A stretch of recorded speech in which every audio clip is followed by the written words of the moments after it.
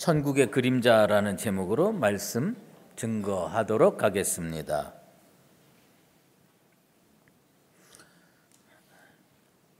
살다 보면 인생을 밤이라고 느끼는 때가 올 때가 있습니다. 믿음의 사람은 그 밤을 잘 보내야 됩니다.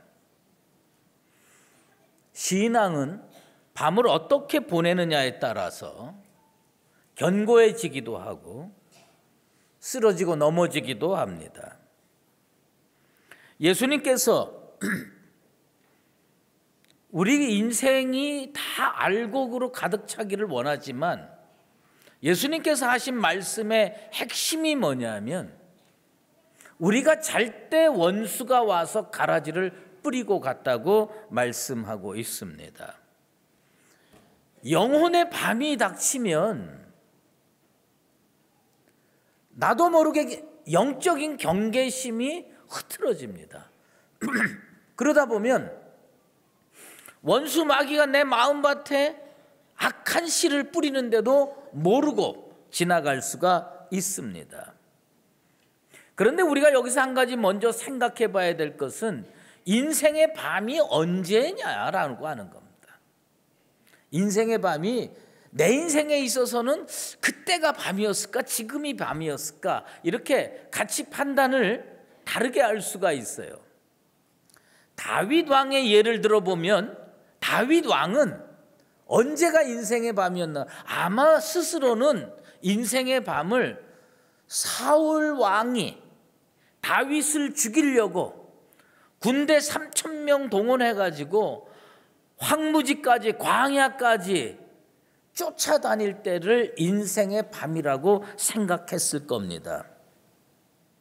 그런데 그때 다윗은요 인생의 밤에 믿음으로 자기를 잘 다스려서 밤이 되지 않고 오히려 광명한 낮처럼 보낼 수가 있었습니다. 그게 시편 17편 3절에 이런 말씀이 나옵니다. 주께서 내 마음을 시험하시고 밤에 내게 오셔서 나를 감찰하셨으니 흠을 찾지 못하셨사오니 내가 결심하고 입으로 범죄하지 아니하리이다. 요게 언제 지은 시편이냐면 사울 왕이 3,000명 이끌고 다윗을 죽이려고 쫓아다닐 때 지은 시편입니다. 그때 다윗은 자기 인생을 뭐로 느꼈느냐? 밤이라고 느꼈어요. 밤이라고 느꼈지만 그 테스트를, 인생의 테스트를 믿음으로 이겨낼 수가 있었습니다. 그런데 다윗이 언제 영적인 밤을 맞이했느냐? 그것은 뭐냐면 사울 왕이 죽었습니다. 그리고 이스라엘이 다 통일이 됐습니다. 다윗은 통일 왕국 이스라엘의 왕으로 살면서 백향목 궁을 짓고 잘 살게 됐습니다. 세상적으로 얘기를 하면 인생 성공하고 만사 형통할 때 영혼의 밤이 찾아왔습니다. 진정한 의미의 영적인 밤이 언제 찾아왔느냐? 너무나도 근심 걱정 없는 잘 나가는 때에 인생의 밤이 찾아왔습니다. 성경은 이렇게 기록하고 있습니다. 사무엘하 11장 2절에 보면 저녁 때에 다윗이 그의 침상에서 일어나 왕궁 옥상에서 거닐다가 그곳에서 보니 한 여인이 목욕을 하는데 심히 아름다워 보이는지라. 다윗은 곁눈질 한 번 안 하고 지금까지 살았습니다. 믿음으로 잘 살았습니다. 이럴 때는 상황이 밤 같았는데 밤이 아니었어요. 근데 언제 밤이 찾아왔느냐? 그런 문제 다 해결되고 너무나도 편할 때, 너무나도 잘 나갈 때 자기가 자기 영혼을 추스리기 어려울 정도로 인생의 밤, 영적인 밤이 찾아왔습니다. 그래서 밧세바라는 여인을 끌고 들어왔습니다. 그리고 여호와 앞에 죄를 졌습니다. 그 일로 인하여 하나님은 나단 선지자를 보내서 책망했습니다. 다윗이여 언제 가라지에 걸려서 쓰러지고 넘어졌느냐? 인생 잘 나갈 때입니다. 인생 잘 나갈 때 시험에 걸려서 쓰러지고 넘어지고 만 겁니다. 그런데 하나님께서 나단 선지자를 통해서 이것을 죄를 지적하셨는데 어떻게 지적하셨느냐?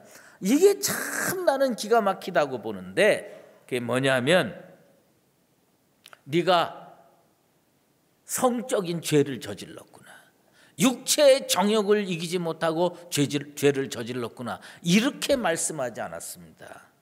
하나님께서 나단 선지자를 통해서 다윗의 죄를 지적할 때에 어떻게 지적했느냐? 사무엘하 12장 9절에 나오는데, 그러한데 어찌하여 내가 여호와의 말씀을 업신여기고 나보기에 악을 행하였느냐? 성적인 죄를 저질렀다, 물질적인 죄를 저질렀다, 권력의 죄를 저질렀다, 이렇게 얘기하지 않았습니다. 하나님이 다윗에게 한 말씀 뭐냐면 말씀을 어겼다, 말씀을 업신여겼다. 영혼의 밤이 언제 오는 줄 아십니까? 신앙인들이 언제 무너지는 줄 아십니까? 신앙인들이 무너지는 징조가 있어요. 말씀이 귀에 안 들립니다. 어느 날 지난주일까지는 사모하는 마음으로 하나님의 말씀을 들었는데 어느 날 보니까 말씀이 내 마음에서 튕겨져 나갑니다.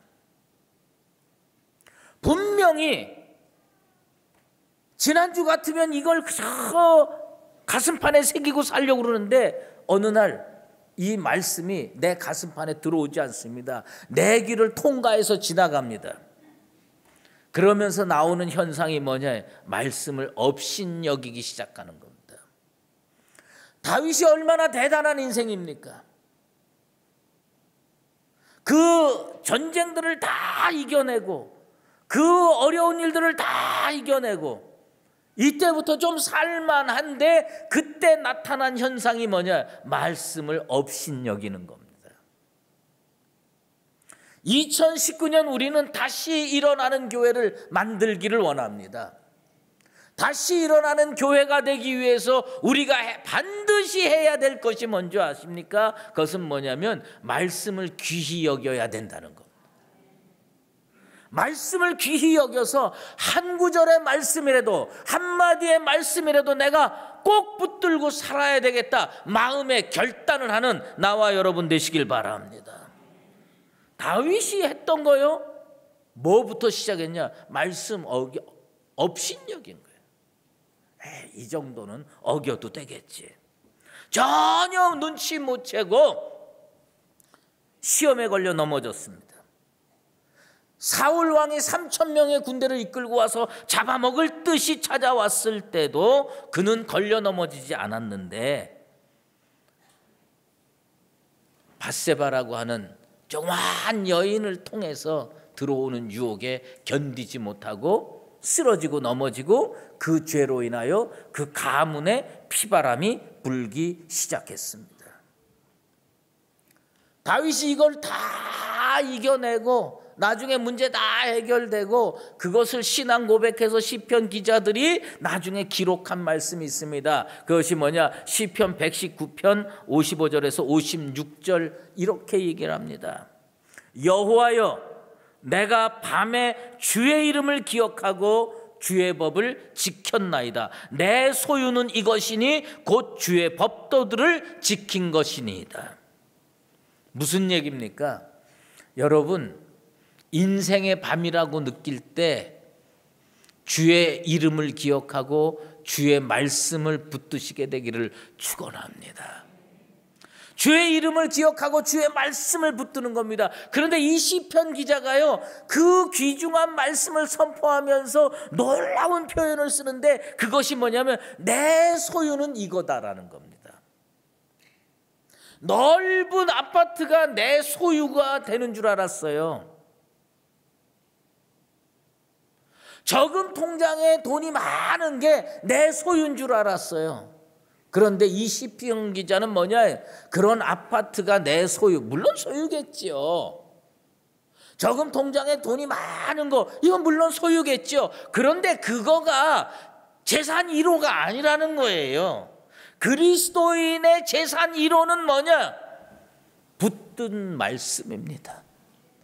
예수님께서 내게 주신 말씀, 하나님께서 내게 주신 말씀, 그게 내 인생의 보물 1호가 되고 소유 1호가 될 줄로 믿습니다.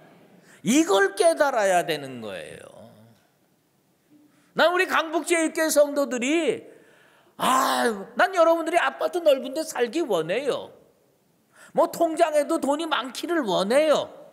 세상에서 권력도 지시고 명예도 지시게 되길 바라요. 그러나 그거는 보물 5호, 6호, 7호 이렇게 되는 거고, 우리 인생의 진짜 소유물, 우리 인생의 진짜 보물은 뭐냐? 내게 들려진 그 말씀, 내 가슴판에 새겨진 그 말씀, 내가 오늘 붙들고 사는 그 말씀이 여러분 인생 보물 1호가 되기를 축원합니다. 이게 돼야 되는 거예요. 이게 돼야 진정한 그리스도인이고, 이게 돼야 인생의 밤을 믿음으로 이겨낼 수가 있는 겁니다. 새겨지지 않은 말씀이 언제 작동합니까? 작동 안 합니다. 가슴판에 새겨지고 인생에 새겨진 말씀이 가장 어려울 때 작동하는 법입니다. 다윗이요, 사울 왕이 쫓아올 때는 말씀이 작동해서 이겼어요. 그런데 언제 작동하지 않았느냐? 여인 앞에서 작동하지 않았습니다. 그리고 쓰러지고 넘어졌다는 겁니다. 예수님께서 오늘 우리에게 천국에 대해서 가르쳐 주십니다. 예수님이 천국을 얘기할 때는 항상 이중적입니다. 하나는 뭐냐? 장차 우리가 죽어서 미래에 갈 천국, 이것도 말씀해 주시지만 우리 주님께서 천국을 말씀하실 때 상당 부분 뭐냐? 지금 여기서 천국을 맛봐야 된다는 겁니다. 여러분 나중에 천국에 가서 영생복락 꼭 누리게 되길 바랍니다.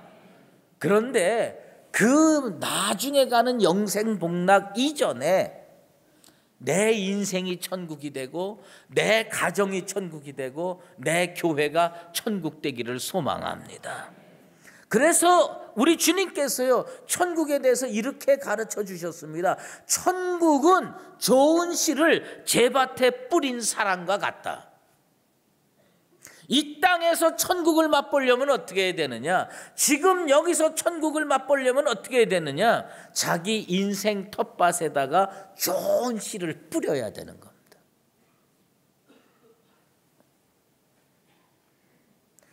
이 자기 인생의 텃밭에 좋은 씨를 안 뿌리면 어떻게 되느냐?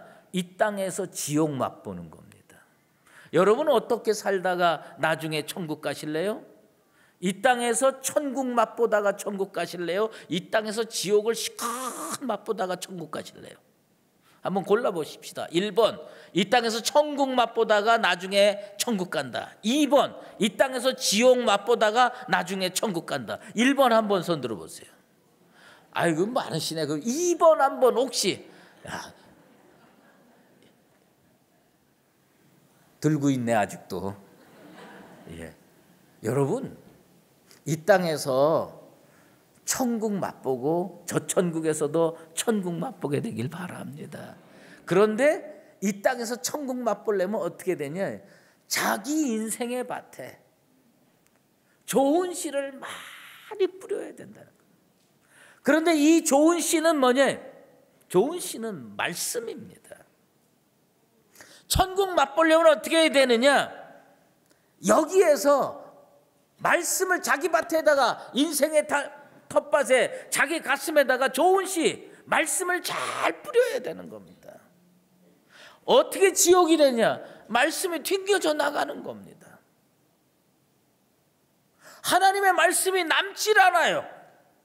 그리고 뭐만 남느냐? 원수 마귀가 심어놓은 가라지만 남아요.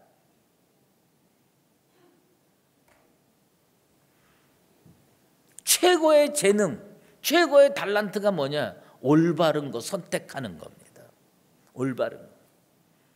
나는 2019년 다시 일어나는 교회를 만들기 위해서 성도들이 자기를 천국으로 만들고, 가정을 천국으로 만들고, 교회를 천국으로 만들기 위해서 말씀 꼭 붙들게 되기를 간절히 소망합니다.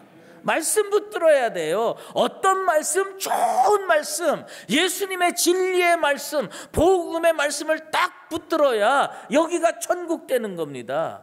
가정이 천국 되고요, 인생이 천국 되는 겁니다. 그런데 이게 참 어려운 것은 뭐냐면, 자기 인생의 밭에 좋은 씨를 뿌려야 되는데 자기도 모르게 원수마귀가 가라지를 많이 심어 놓으면 어떻게 되냐? 인생도 지옥되고, 가정도 지옥되고, 교회도 지옥되는 겁니다.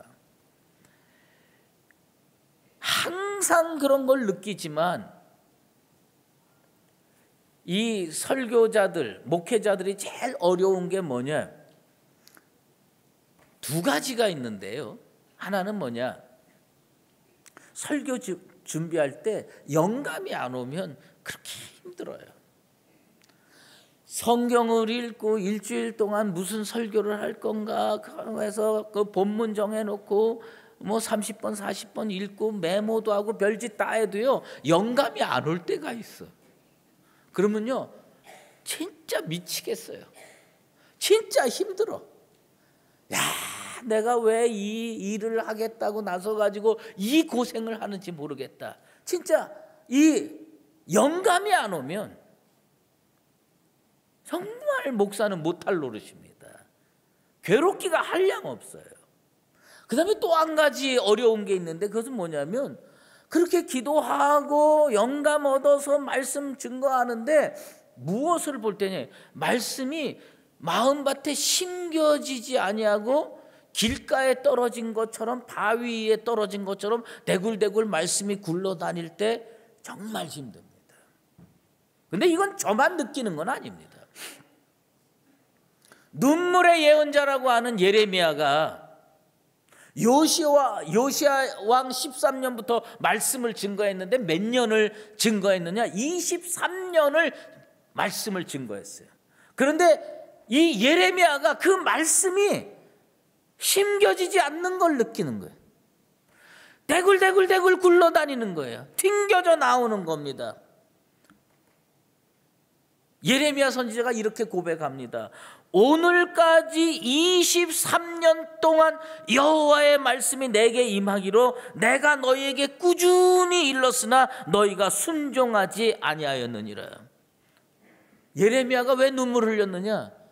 심어지지 않는 거예요. 심겨지지 않는 거예요. 뿌리 내리지 않는 거예요. 그래서 진짜 힘들게 하면서 매일 눈물을 흘리는 겁니다. 제일 좋은 건 뭐냐? 여러분의 마음밭이 먼저 좋은 밭이 되길 바랍니다. 2019년에 여러분의 마음밭을, 묵은 밭을 기경하는 농부들이 기경하듯이 여러분 마음밭을 좋은 옥토로 먼저 기경하시게 되길 바랍니다.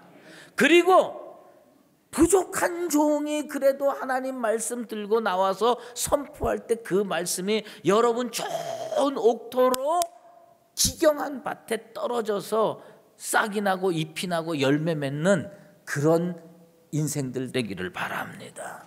좋은 밭에 좋은 씨를 많이 뿌리는 것이 여러분 인생을 천국 만들고 가정을 천국 만드는 겁니다. 그런데 원수 마귀의 목표가 있어요. 원수 마귀의 목표는 뭐냐? 여러분 인생을 지옥 만드는 겁니다. 이 땅에서 인생이 지옥이 돼가지고 하나님 바라보지 못하도록 만드는 게 원수 마귀의 목표입니다. 사람이 잘 때에 그 원수가 와서 곡식 가운데 가라지를 덧뿌리고 갔더니 우리 주님께서 25절에 말씀하는 겁니다. 영혼의 깊은 잠을 자지 마십시오. 방심하면 자기 인생 텃밭에 뭐가 떨어지느냐? 가라지가 떨어지고 그게 자라나서 잡초가 되는 겁니다. 왜 우리가 신앙생활을요 신발끈 동여매고 허리띠 동여매고 정신 차리고 깨어 기도하면서 해야 되느냐? 잘못하면요 자기도 모르는 사이에 원수 마귀가 와가지고 가라지를 심어놓고 가기 때문입니다. 내가 사는 곳, 내 인생이 천국 되기를 원치 않는 사람을 제외하고는 어떻게 해야 되느냐? 잠을 자면 안 돼요. 영혼의 깊은 잠을 자면 안 됩니다. 여러분들 깨어 기도하며 자기 영혼을 깨워서 내 마음밭에 좋은 말씀의 씨앗이 떨어지면 물 주고 잘 길러서 싹이 나고 잎이 나서 열매 맺는 축복의 인생 되기를 바랍니다. 그런데 예수님께서요 이 비유를 말씀하시면서 우리에게 제일 이해가 안 되는 말씀 한 구절 해주셨어요. 그게 뭔지 아십니까? 우리는요 요건 알곡, 요건 가라지. 그러면 그냥 눈에 보이는 대로 가라지를 척척 뽑아가지고 내 인생의 텃밭에 좋은 씨만 남기고 좋은 싹만 남기고 나머지는 싹 정리해서 깨끗하게 해놓으면 얼마나 좋을까 이렇게 생각하는데 우리 주님께서 뭐라고 말씀하시냐면 그냥 두라고 그래요. 참 이해가 안 돼요. 나쁜 씨, 나쁜 싹 얼른 정리해가지고 하면 얼마나 좋겠습니까? 그런데 그렇게 하지 말라는 겁니다. 그래서 제가 이것을 우리 교역자 회의에다가 내놨습니다. 왜 내느냐? 나는 사실 이 말씀이 잘 이해가 안 간다. 어떻게 생각하냐? 그랬더니 우리 교역자 속에 어릴 때 부모님 농사를 도왔던 분이 있더라고요. 그래서 자기 가라지 뽑으러 많이 나갔대요. 그런데 가라지가 처음에는 구분이 잘 안 간다는 겁니다. 가라지 뽑다가 진짜 제대로 된 알곡의 그 싹을 뽑을 가능성이 무척 많다는 겁니다. 근데 나중에 추수 때가 되면 이게 확연히 구분이 된다는 거예요. 확연히 구분되니까 그때 뽑아도 늦지 않다는 겁니다. 제가 우리가 분쟁 중에 있을 때에 이 노회와 총회를 뛰어다니면서 이 사람 저 사람을 많이 만났습니다. 근데 노회나 총회에 가보면 제 눈에 저 사람은 가라지 같다 느껴지는 사람이 있어요. 저 사람은 알곡 같다 이렇게 느껴지는 사람도 있습니다. 그 마음속으로 저런 가라지는 주께서 그냥 뽑아버리시면 얼마나 지금 뽑으면 얼마나 좋을까? 저 알곡은 잘 키우면 얼마나 좋을까? 그런데 우리 교회에 어려운 문제가 있을 때 누구부터 찾아가느냐? 알곡부터 찾아가지요. 우리 교회 좀 도와주시오. 근데 알곡으로 느꼈던 분들 중에서 상당수가 우리 교회 문제에 냉담하고 아주 우리의 반대 입장에서 하는 경우가 왕왕 있어요. 또 가라지로 느껴졌던 분들 중에서 어떤 분들은 정말 우리 교회를 위해서 기도해주고 우리 교회를 위해서 움직여 줄 때가 있어요. 내가 그럴 때 이렇게 느끼게 되는 겁니다. 뭐예요?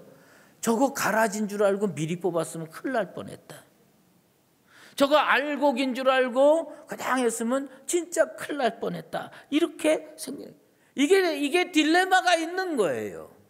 우리 눈으로는 요 사람이 알곡이고 요 사람이 가라지다 이렇게 보이지만 주님이 볼 때는 또 다르게 볼 수도 있겠구나라고 느낄 때가 한두 번이 아닙니다. 그런데 이게 자연에서나 실제 생활에서 이런 일이 있을 수 있을까? 옥수수 박사 김순건이라는 분에 대해서 이야기를 들어보신 적이 있습니까? 우리나라에서 옥수수에 대해서 아주 최고 권위자였습니다. 이분이 아프리카까지 가서 많은 정말 굶어 죽어가는 나라의 옥수수를 통해서 좋은 일을 많이 하신 박사님입니다.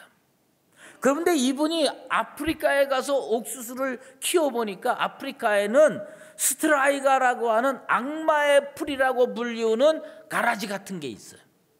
이 악마의 풀이라는 스트라이가가 옥수수에 착 달라붙어 가지고요, 아주 양분을 다 뽑아 먹어 가지고 옥수수들이 제대로 자라지 못하고 비쩍 말랐다가 열매를 제대로 못 맺어 가지고 그 국가 전체가 굶주림에 시달리는 걸 봤습니다.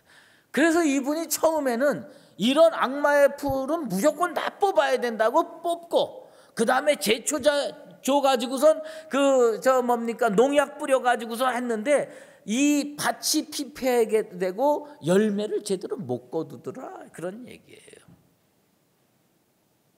그래서 이 옥수수 박사가 발견해낸 법칙이 있어요. 그게 뭐냐? 좋은 옥수수 씨앗으로 심은 밭에 이 스트라이가라고 하는 악마의 풀 가라지가 들어온다는 거예요. 뿌리지도 않았는데 들어와요. 그런데 어떻게까지 아니에요. 5% 이내로만 나면 열매가 많이 맺힌다. 더 심해지지 않도록 5% 이내만 되면 된다. 그래서 그 악마의 풀을 놔두는 거예요. 5% 이내만 되면. 넘으면 다 뽑아버리지만. 그런데 그 과정을 통해서 옥수수들이 우리로 얘기하면 정신 잘 차리고 열매를 많이 맺는다는 겁니다. 이 법칙을 가지고 아프리카의 어려운 나라들을 도와가지고 그 나라들이 먹을 것을 생산해낼 수 있도록 그렇게 만든다는 겁니다. 나는 그거를 읽으면서 우리 주님께서 왜 알곡과 가라지를 그냥 놔두라고 이야기한지를 깨닫게 되더라고요. 가라지 뽑다가 진짜 알곡 한 명이라도 뽑으면 이거 되겠습니까? 아니지요. 우리 주님께서 언젠가는 다 정리해 주실 겁니다. 그러면 그 김순건 박사가 이야기하는 게 있어요. 좋은 씨를 많이 뿌려라. 좋은 씨를 많이 뿌리고 넓게 뿌리고 점점 해가지고 이 좋은 씨가 많아지면 결국은 이 힘이 전체의 그 열매의 양을 늘린다는 거예요. 2019년 우리 교회가 일어나기를 원하면 우리는 어떻게 되냐? 여러분 마음밭에 좋은 씨를 먼저 많이 뿌리는 작업 하게 되길 바랍니다. 내 마음속에 혹시 남아있는 가라지가 힘을 발휘하지 못하도록, 내 마음속에 남아있는, 우리 교회 속에 남아있는, 우리나라에 남아있는 이 가라지가 힘을 발휘하지 못하도록 좋은 씨를 많이 뿌리고 그것을 잘 키우다 보면 이 세상 전체가 복음으로 가득 차게 될 줄로 믿습니다. 인생 천국, 가정 천국, 교회 천국, 나라 천국 어떻게 만드냐? 좋은 씨 뿌리는 작업부터 해야 됩니다. 올해는 여러분의 인생의 텃밭에 말씀의 좋은 씨를 무조건 많이 뿌립시다. 많이 뿌려서 여러분 인생 텃밭에 가라지를 찾을래야 찾을 수가 없고 다 열매 가득 찬 아주 황금 들녘으로 변화되기를 예수 그리스도의 이름으로 축원합니다. 기도하겠습니다. 하나님 아버지 감사합니다. 올해 우리는 다시 일어나는 교회를 사모하며 만들기를 원합니다. 그러기 위해서는 우리 주님께서 천국은 제밭에 좋은 씨를 뿌리는 사람과 같다고 해주신 이 말씀 붙들고 올해 말씀의 좋은 씨앗을 내 가슴에 뿌리고 내 가정에 뿌리고 내 교회에 뿌릴 수 있도록 능력과 지혜를 공급하여 주시옵소서. 그리하여서 원수 마귀가 뿌리고 간 가라지가 찾아볼래야 찾아볼 수 없도록 넓은 이 복음의 텃밭 위에 하나님께서 원하시는 알곡의 열매가 가득 찬 교회와 가정과 인생 되게 도와주시옵소서. 예수 그리스도의 이름으로 기도드리옵나이다. 아멘. 이제는 우리 주 예수 그리스도의 은혜와 하나님 아버지의 극진하신 사랑하심과 성령의 인도하시고 교통하심이 인생 천국, 가정 천국, 교회 천국을 이루기 위해 오늘 인생의 텃밭 위에 좋은 말씀의 씨앗을 지치지 아니하고 열심히 뿌려서 하나님의 천국을 미리 맛보며 살기를 작정하는 사랑하는 강북제일교회 모든 믿음의 권속들과 주의 몸된 교회 위에 이제로 영원히 함께 계시었기를 간절히 축원하옵나이다. 아멘.